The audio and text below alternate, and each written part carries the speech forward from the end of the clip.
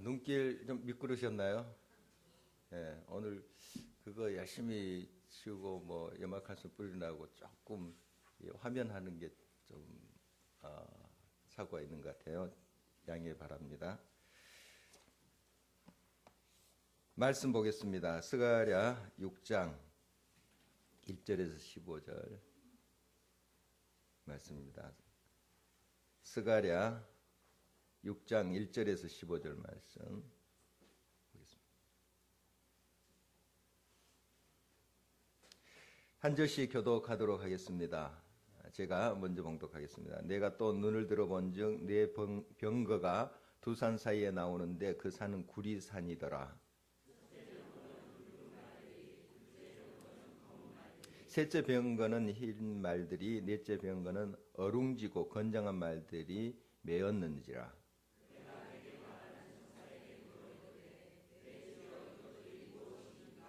천사가 대답하여 이르되 이는 하늘의 내 바람인데 온 세상의 주 앞에 서 있다가 나가는 것이라 하더라.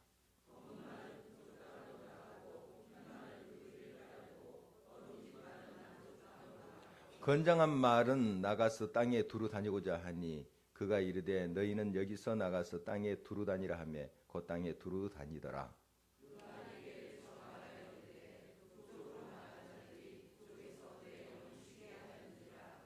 여호와의 말씀이 내게 임하여 이르시되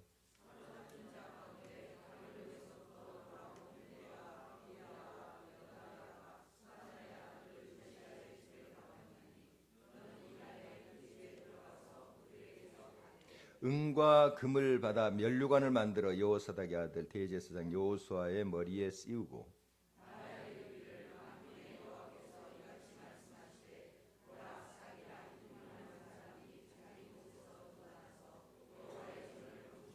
그가 여호와의 전을 건축하고 영광도 없고 그 자리에 앉아서 다스릴 것이요 또 제사장이 자기 자리에 있으리니 이 둘 사이에 평화의 은원이 있으리라 하셨다고.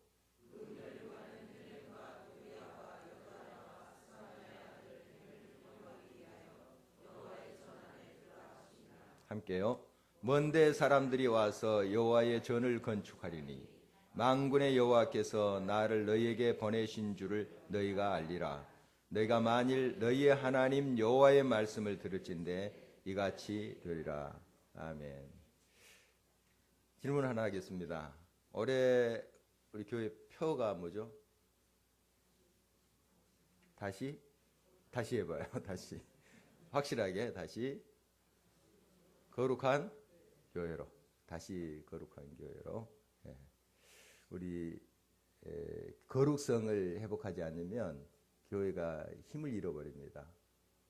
교회가 계속 비난받고 또 하나님의 영광을 가린다는 것은 이 거룩함을 잃어버렸기 때문에 그래요. 이걸 회복해야지. 거기에 힘이 있는 거예요. 교회는 뭐 재정이 많고 교인 수가 많아서 힘이 있는 것이 아니고요. 크든 적든 규모가 크든 적든 상관없이 그 안에 하나님의 거룩함이 있는가 하는 거죠.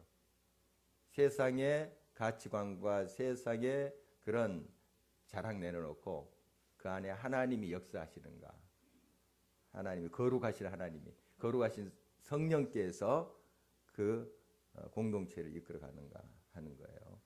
우리 개인적인 삶도 마찬가지입니다. 내가 많이 누리고 가지고 뭐 많은 성공을 했다 하지만 그 안에 거룩성을 잃어버리면 그건 힘이 없는 인생입니다.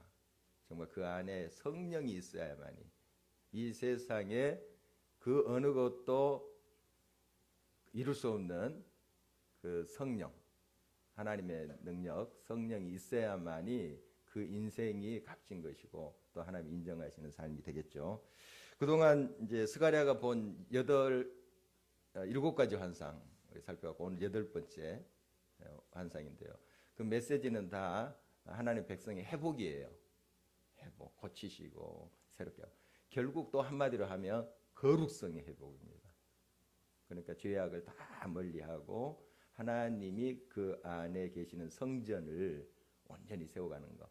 이 성전을 세워간다는 것은 거룩함을 회복한다는 그런 의미예요. 바로 이것이 진정한 회복입니다. 육신의 질병만 고치는 거 그 완벽한 회복이 아니에요. 그 병약했을 때 누워있던 사람이 건강해가지고 죄져 있고 그렇잖아요. 더. 그러니까 육신의 회복 또 뭐 물질적인 회복 이것만이 그 회복이 아니에요. 우리의 심령의 중심의 거룩함이 회복돼야 돼요. 하나님 중심. 하나님 중심으로 생각하면 진짜 인간성을 회복해요. 진짜 우리를 발견해요. 그런데 거룩함이 없으면은 다 이용하려고만 하죠. 상처 주려고 하고 자기중심적이니까 이기적으로 욕심으로 끌어다니고 하나님의 거룩함이 회복될 때는 하나님 중심이 되는 거죠. 하나님의 뜻이 우리의 삶을 이끌어가기 때문에 그래서 바로 나의 본 모습을 찾아가는 거예요. 하나님께서 창조하신 하나님 목적대로 우리 자신을 찾아가는 것이 바로 거룩함을 회복하는 것이 이것이 바로 성령 충만하다 하는 의미와 같은 거예요. 성령 충만하다는 것은 내 삶의 거룩함이 회복되는 걸 말해요. 죄악된 세상의 가치관을 버리고 하나님의 뜻으로 채워가는 것 바로 그것이죠. 그게 우리의 삶의 목표가 되어야 됩니다. 여러분의 삶 속에 거룩함이 회복되길 바랍니다. 여러분 가정에 하나님의 거룩함이 회복되길 바랍니다. 이 공동체 하나님의 거룩함이 회복되길 바랍니다. 자, 우리 앞뒤 사람과 한 번 더 인사 나누겠습니다. 다시 거룩한 교회로. 한 번만 하지 마시고 한 4번 정도 기본이 한 4번 정도 아닙니까? 4사람 정도. 자, 그러면 조금 바꾸겠습니다. 다시 거룩한 삶으로 이렇게 해서 4분 정도 인사하겠습니다. 다시 거룩한 삶으로. 다시 거룩한. 네. 그렇게 되길 바랍니다. 다시 거룩한 삶으로. 정말 아름답게 우리가 세워질 때 거기에 능력이 있어요. 개인의 삶도 그렇고 가정도 그렇고 우리 공동체도 마찬가지예요. 이 거룩함이 회복돼야 돼요. 즉 거룩함이 회복된다는 성령 충만함, 하나님의 영이 가득한 삶, 하나님이 다스리시는 그런 삶. 이것이 돼야 되겠습니다. 자, 그동안 그 스가랴가 보았던 환상을 조금 빨리 우리가 정리를 해보겠습니다. 첫째 환상, 말탄 사람들의 환상인데 땅을 두루 다녀보니까 겉보기에는 평온한 것 같아요. 뭐 일 없는 것 같고. 그런데 아직까지 그들의 삶이 하나님께로 온전히 회복되지 못했어요. 그러니까 교회는 다녀요. 예배 드려요. 그런데 마음은 세상에 아직 있어요. 세상의 가치관에. 겉은 평온한 것 같아요. 아무 일 없는 것 같아요. 우리 한국교회 모습 좀 그렇지 않을까요?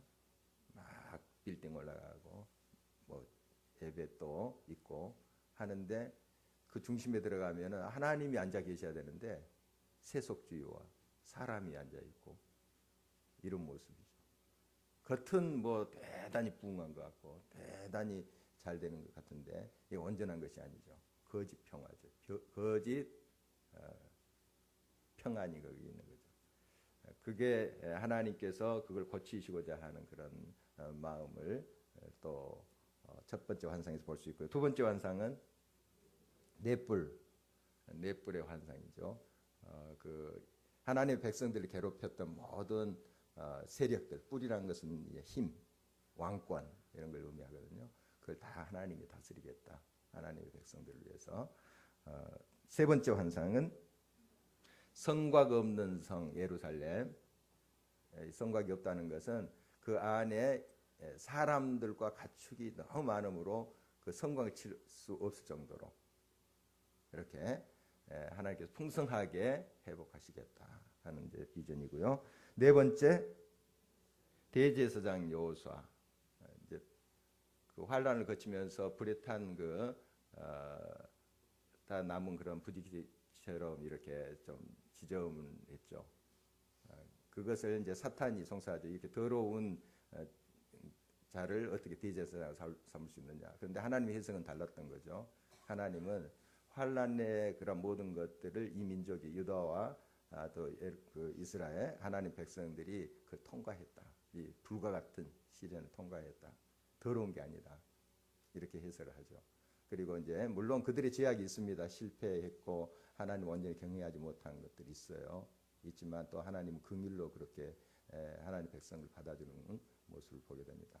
그 옷을 벗기시고 아름다운 옷, 거룩한 옷을 입혀주신 그 모습, 회복이죠. 예배의 회복이고요.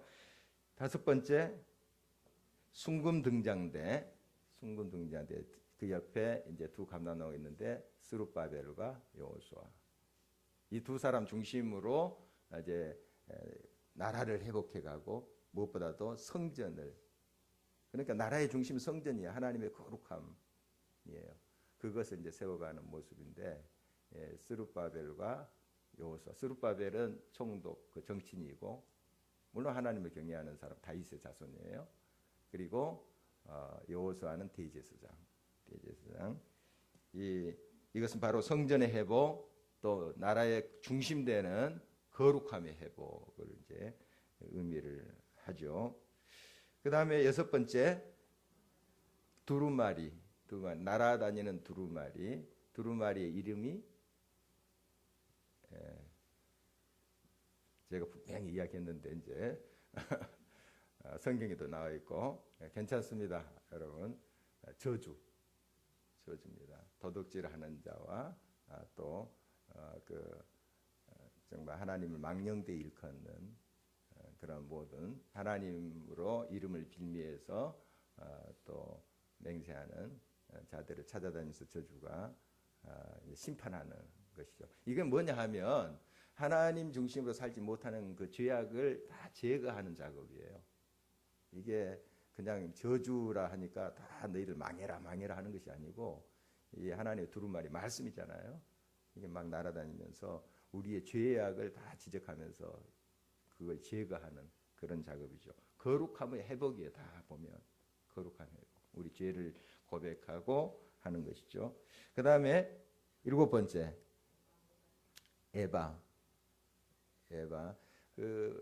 우리나라 그 말 정도 될 것 같아요. 대보다 더 크고요. 말. 그런데 이제 사각형이 아니고 둥그렇습니다. 이 통처럼 생긴 거예요.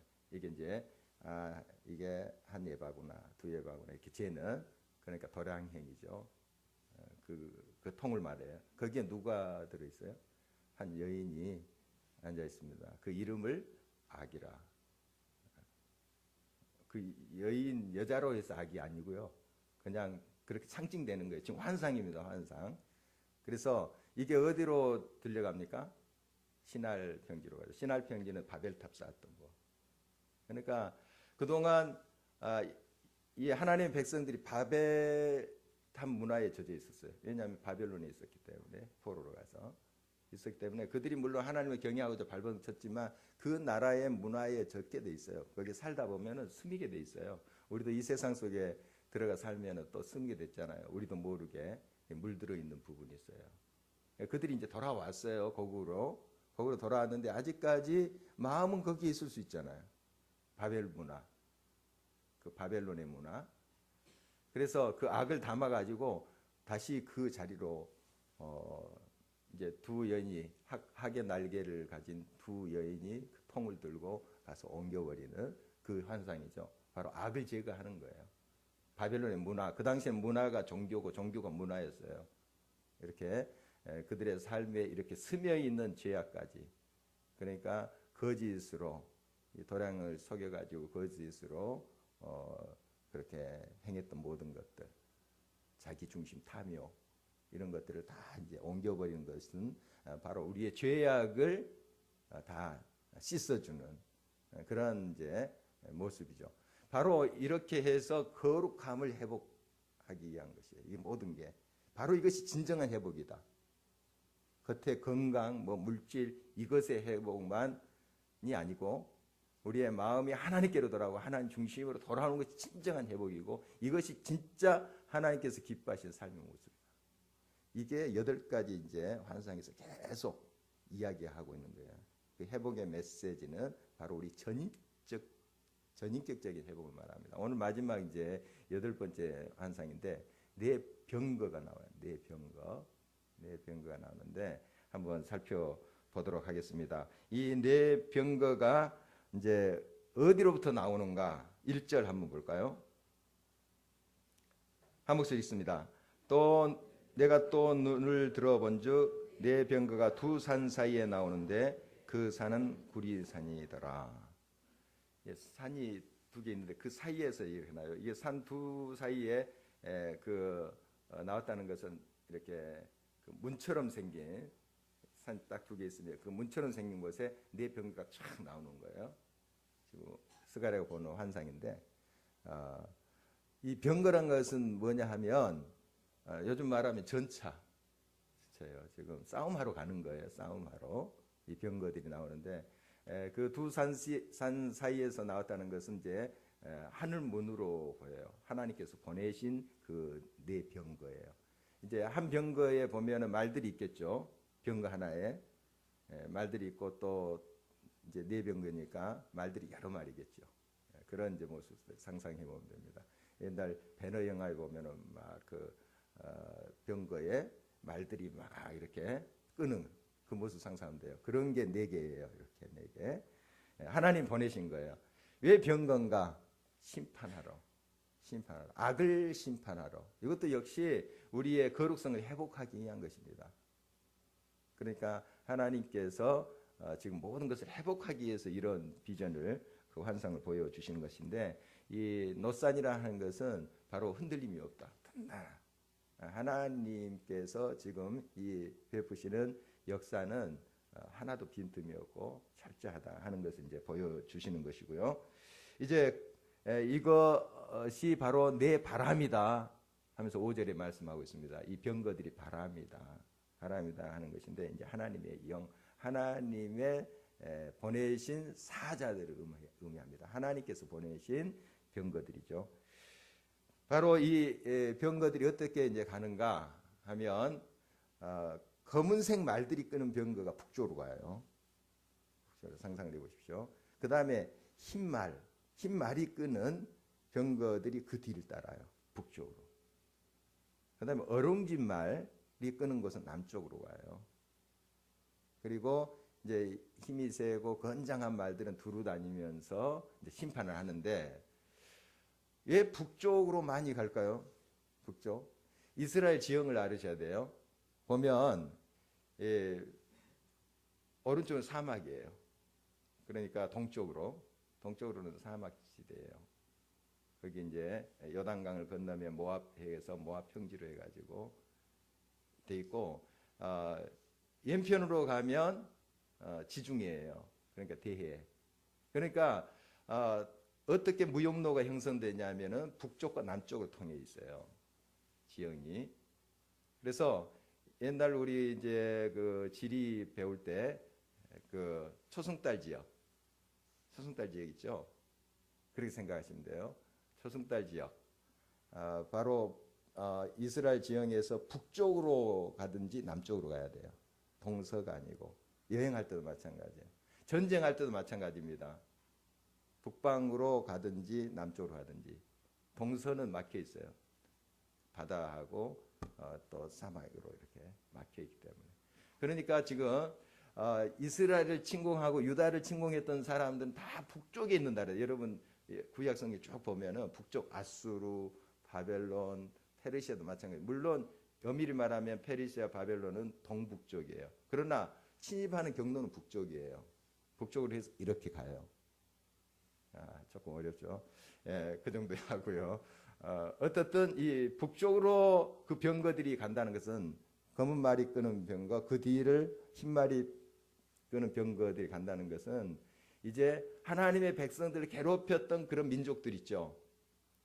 그런 민족들을 하나님이 심판으로 가는 거예요. 남쪽은 이제 어느 나라가 있어요? 애굽 있어요. 그 모습이에요. 하나님께서 다 손보신다. 하나님의 백성을 잔인하게 압박했고 짓밟혔던 모든 것들을 하나님이 정리하신다 하는 비전이에요.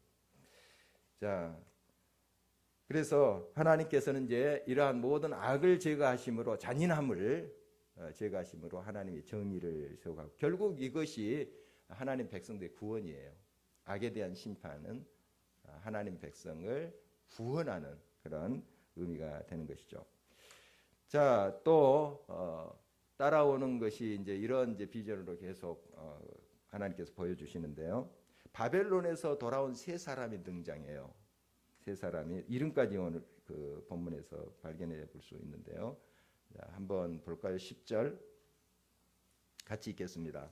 사로잡힌 자 가운데 바벨론에서부터 돌아온 헬데와 도비아와 여디야가 스바냐의 아들 요시아의 집에 들어갔나니 너는 이 날에 그 집에 들어가서 그들에게서 봤대. 바벨론으로 끌려간 사람 이제 세 사람이 등장하는데 이 성경에 처음 나오고 한 번 나온 이름들이에요. 이 사람들이 끌려갔다가 지금 돌아왔다 하는데 지금 돌아오고 있는 거예요. 사실은 완전히 돌아온 것이 아니라 이거 생각하시면 돼요. 옛날 우리 일제 강점기 때 이제 사할린 쪽으로 가고 뭐 일본 쪽으로 가고 미국으로 가고 했었잖아요. 그런데 이제 다시 해방이 됐잖아요. 그래서 이제 고국의 재건을 위해서 사할린에 계신 분들이 뭔가를 좀 성금을 모아가지고 와서 전달해주고 또 재미교포들이 와서 전달해주고 이렇게 할 수 있죠. 그런 모습이에요. 이 세 사람이 금은을 가지고 왔어요. 그래서 고국이 재건한다니까 그들은 아직 안 돌아왔어요. 바벨론에서 완전히 지금 방문한 거라고 볼 수 있어요. 세 사람 금은을 가지고 와서 자기 고국의 재건을 위해서 이제 성금을 가져온 거예요. 그런 모습이에요. 동방박사 세 사람 기억하시죠? 그런 의미죠. 이 스가랴서 보면은 메시아를 준비하는 그런 모든 과정을 또 여러분이 같이 이렇게 볼 수 있어요.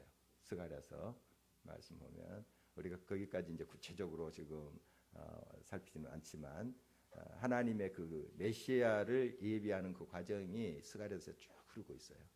어쨌든 이 동방박사 세 사람을 연상할 수 있어요. 그래서 동방박사들이 이방의 그런 페르시아의 그런 박사들일 것이다 이렇게 추측도 하지만은 페르시아 쪽에 있는 그 유대인들 아직까지 거기에 남아서 사는 유대인들 가능성도 있어요. 그러니까 동방에서 왔죠. 그러니까 동방이라는 것은 동쪽에서 이렇게 온 것이 아니고 동북쪽에서 이렇게 그 메소포타미아 그 지역을 통해서 그러니까 티그리스 유프라데스 있죠. 그쪽을 통해서 북쪽에서 이렇게 오는 거예요. 동서는 이렇게 막혀 있기 때문에 동방에서 왔지만은 북쪽으로 해서 이렇게 오는 거예요. 뺑 돌아서 어떻든 이런 이제 모습입니다. 이 두 사람 금을 가지고 왔는데 스갈에게 이제 하나님께서 말씀하세요. 그들을 지금 이제 요시아라는 사람 집에 그들이 묵고 있는데 그 집에 가서 그들을 만나서 그들이 가지고 온 금을 받아가지고 면류관을 만들어라. 그래서 면류관을 만들어요. 이걸 누구한테 씌우냐면 대제사장 여호수아에게 씌워요. 그리고 그것을 이제 싹 새로 난 싹에게 이제 전달합니다. 그런 모습이 이제 등장하는데요. 자, 이 12절 말씀 한번 볼까요? 11절, 12절 시작. 은과 금을 받아 면류관을 만들어 여호사닥의 아들 대제사장 여호수아의 머리에 씌우고 말하여 이르기를 만군의 여호와께서 이같이 말씀하시되 보라 싹이라 이름하는 사람이 자기 곳에서 돋아나서 여호와의 전을 건축하리라. 대제사장 머리에 씌우고 그 다음에 여기 싹이라 이름하는 사람이라고 나오는데 12절 스룹바벨로 보여요. 스룹바벨. 좀 해석이 학자마다 조금 다르지만은 여기 이 둘이 서로 평화의 의논이 있으리라 13절 이렇게 나온 거 보니까 스룹바벨 여호수아랑 스룹바벨이 중심돼서 이 재건을 하고 있거든요. 그 고국을 물론 백성들이 다 호응을 해야만 되는 것인데 이 두 사람이 서로 평화롭게 서로 의논하면서 정치 또 종교 대표잖아요. 서로가 이렇게 해서 나라를 세워가고 있는 모습이죠. 그리고 이 면류관을 쓴다는 것은 이제 왕권을 상징하는 것이잖아요. 결국 왕권을 상징하는데 지금 페르시아 제국 하에 있는 지금 유다입니다. 그들이 이 왕관을 계속 쓰고 있을 수 없는 거예요. 이건 환상이에요. 그래서 그 왕관은 그들이 계속 쓰고 있는 것이 아니라 여호와의 성전에 안치시키는 거예요. 오늘 이제 보면 14절 끝에 나와 있어요. 전안에 이제 진열해 놓는 거죠. 이게 뭔가 하면 이제 하나님이 기름 부으신 자들을 통해서 나라를 세우시는 건데 이제 이 왕권은 하나님께 있다는 거예요. 하나님께 있다. 그리고 결국 이 제사장과 이 왕의 예표는 메시아를 이야기하는 거예요. 메시아 오시는 것을 지금 비춰주고 있는 것입니다. 바로 그런 이제 비전이죠. 하나님께서 통치하시는 나라, 이제 하나님이 다스리시는 나라, 그런 인생, 그런 삶, 이것에 회복의 메시지를 주고 있는 것이에요. 하나님 지금도 여러분의 삶에 구체적으로 오시기를 원하십니다. 왕으로, 제사장으로 여러분을 통치하시고 여러분을 자유케 하시고 여러분을 회복시키시길 원하세요. 우리가 마음을 열고 오늘 또 주님 앞에 기도했으면 좋겠습니다. 주님, 내 삶에 온전히 오셔서 나의 죄악을 멀리 옮기시고 내 삶이 하나님 중심으로 거룩함을 회복해 주시고 또한 나의 모든 문제들, 나를 얽어매고 세상 속으로 끌어가고 자꾸 절망하게 하고 아프게 하는 모든 것들을 하나님의 병거로 제압하시고 물리쳐 주시고 나를 참된 하나님의 거룩한 사람으로, 우리 교회를 하나님께서 다시 거룩한 교회로, 이 땅을 하나님이 다스리는, 통치하시는 그런 거룩함으로 회복해 주십시오. 우리 그렇게 기도하면 좋겠습니다.